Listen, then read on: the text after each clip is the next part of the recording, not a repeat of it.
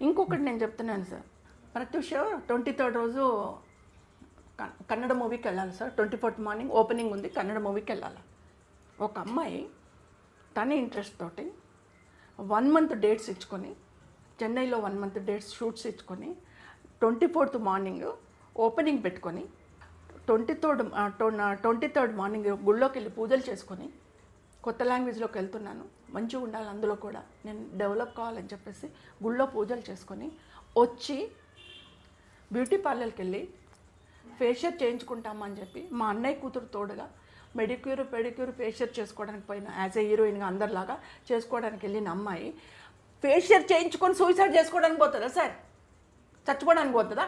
ఇన్ని డేట్లు ఇచ్చుకొని తెల్లారితే ఓపెనింగ్ పెట్టుకొని ఫేషియల్ చేసుకొని నేను చచ్చిపోతాను చెప్పి ఫేషియల్ చేసుకుంటుందా? మీరు చెప్పండి సార్. అంటే జెన్యున్ మీ డౌట్స్ కాదని అనం. సార్ నాకు వచ్చే జడ్జిమెంట్ వచ్చింది సార్. మీ డౌట్స్ ఎవరు కాదనలేవు. నేను ఇప్పుడు ఓపెన్గా చెప్తున్నాను సార్. నారాయణ రెడ్డి గారు చేసిండ్రా పాపము, పోలీస్ డిపార్ట్మెంట్ చేసిందా పాపము, ఇంకెవరైనా పాపం చేసిందా? నా బిడ్డ చచ్చిపోకుండా నా బిడ్డ చచ్చిపోయేటట్టు చేసిందా? నా బిడ్డకు న్యాయం జరగకుండా చేసిందా? వాళ్ళ పాపాలు వాళ్ళకే తగులుతాయి. ఒక ఆడపిల్లని, ముక్కు పచ్చలారని ఆడపిల్లని అసలు నేను ఇప్పటికే కొన్నిసార్లు అంటున్నాను, ఆ మొక్కం చూస్తుంటే ఎట్లా చంపబుద్ధి అయింది. అంత క్యూట్ మొక్కాన్ని చూస్తుంటే.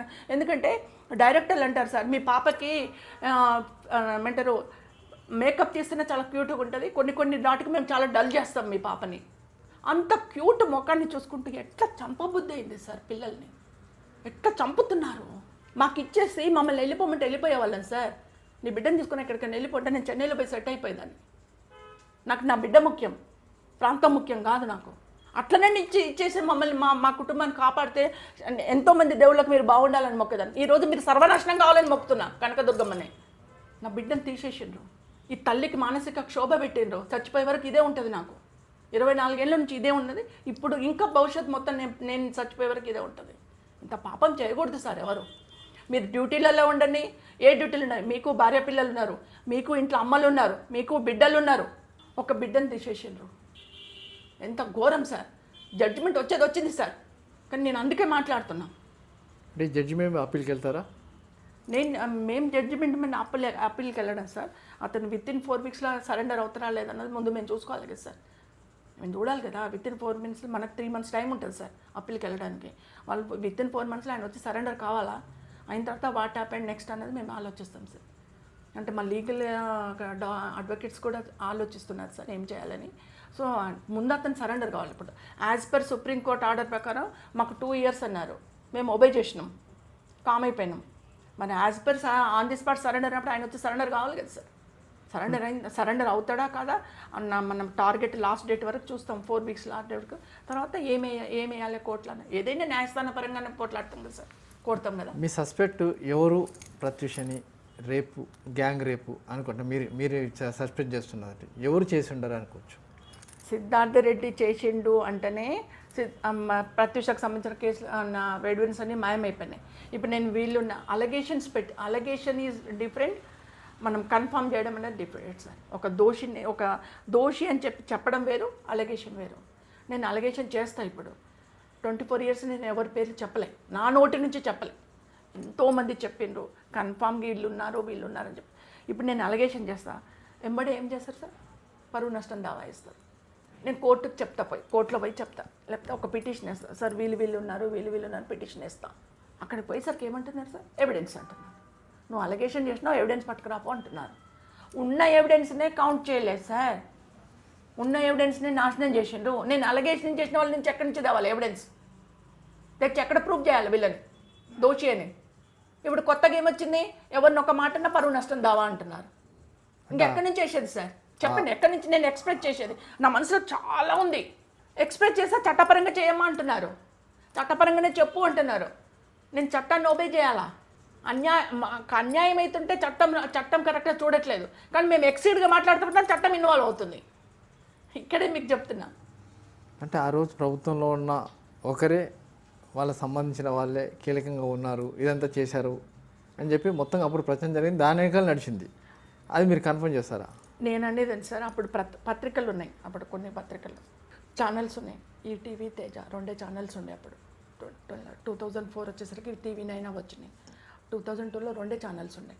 ఆ 2 ఛానల్స్ ఆంధ్రజ్యోతి పేపరు, ఈనాడు పేపరు, వార్తా పేపరు, ఆంధ్రప్రభ, ఆంధ్రభూమి ఇలాంటి పేపర్స్ ఉన్నాయి. ఒక 5-6 పేపర్స్ ఉన్నాయి, మెయిన్ పేపర్స్. ఈ 5-6 మెయిన్ పేపర్స్ వాళ్ళు మీ మీ మీడియా మిత్రులకి, పేపర్ మిత్రులకి అందరూ ఏం చేస్తారు సార్, మీరు ఎంక్వైరీ చేస్తారు బయట. ఒక ఇష్యూ వచ్చిందంటే దాని మీద ఎంక్వైరీ బాగుంటుంది మీకు, మాకంటే ఎక్కువ. అంతే కదా సార్, చేసి దాన్ని రాస్తారు. టీవీలో అయితే చెప్తారు ఇలా ఉంది, ఇలా ఉంది, ఇక్కడ ఇది ఉంది. అట్లనే అప్పుడు చెప్పారు. హైకోర్టు ఏమన్నది, మీరు అందరూ ఏమేమో అలగేషన్ చేస్తున్నారు, వీళ్ళున్నారు అందరూ, వాళ్ళందరి దగ్గర ఎవిడెన్స్ ఉంటే సబ్మిట్ చేయండి, లేకపోతే మీరు కోర్టుకు వచ్చి మాట్లాడండి అని ఆర్డర్ ఇష్యూ చేసిండ్రు. అప్పుడు ఎవరు, రోషిని మేడము, నాయక్ గారు ఉండే, ఇద్దరు డబుల్ బెంచ్ ఉండే. వాళ్ళ ఆర్డర్ చేసేవాళ్ళకి ఏమైంది, అందరు కామ్ అయిపోయింది. బెదిరింపులు, ప్రతి దగ్గర బెదిరింపు నా బిడ్డ కేసులో జరిగింది. ఎవ్వరు మాట్లాడకుండా చేసిండ్రు, ఎవ్వరు ఏమీ చేయకుండా చేసిండ్రు. ఉన్న సాక్ష్యాలను, ఎవిడెన్స్ను మాయం చేసిండ్రు. చేసి ఓన్లీ ఈ త్రిసభ్య కమిటీ వాళ్ళు మరి వాళ్ళ ముగ్గురికి దండం పెడుతున్నాను. నిజం చెప్పారా అబద్ధం చెప్పారని ఐ డోంట్ నో. వాళ్ళ ముగ్గురికి దంతున్నాం, మీరు చల్లంగా ఉండాలి, మీ త్రిసభ్య కమిటీ చల్లంగా ఉండాలి. ఎందుకంటే నా బిడ్డ చంపేశారు నా బిడ్డని. వాళ్ళు ఇచ్చిన దాని ఆధారంగానే మొత్తం జరిగింది.